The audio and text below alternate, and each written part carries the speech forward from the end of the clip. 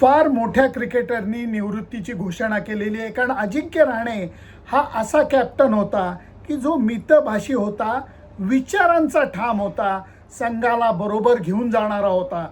Batsman म्हणून सुद्धा सचिन तेंडुलकरच्या म्हणण्याप्रमाणे टच प्लेयर होता. दात ओठ खाऊन त्यांनी कधी फटकेबाजी केली नाही. दरवेळेला एक सुंदर टायमिंग साधत तो बॅट्समन म्हणून नावारूपाला आलेला आहे. आणि मी एवढंच म्हणेन, इतक्या त्यांनी जवळ 80च्या पेक्षा जास्त कसोटी सामन्यांमध्ये भारताचं प्रतिनिधित्व केलेलं आहे. काही सामन्यांमध्ये भारताचं नेतृत्व सुद्धा केलेलं आहे.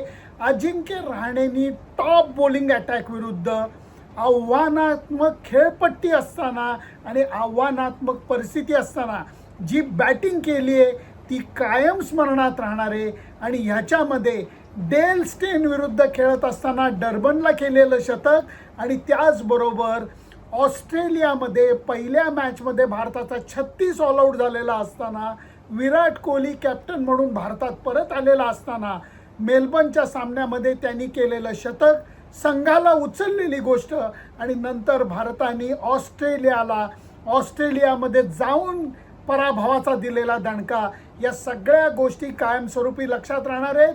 त्यामुळे अजिंक्य रहाणे वेल प्लेड एवढंच मी म्हणेन.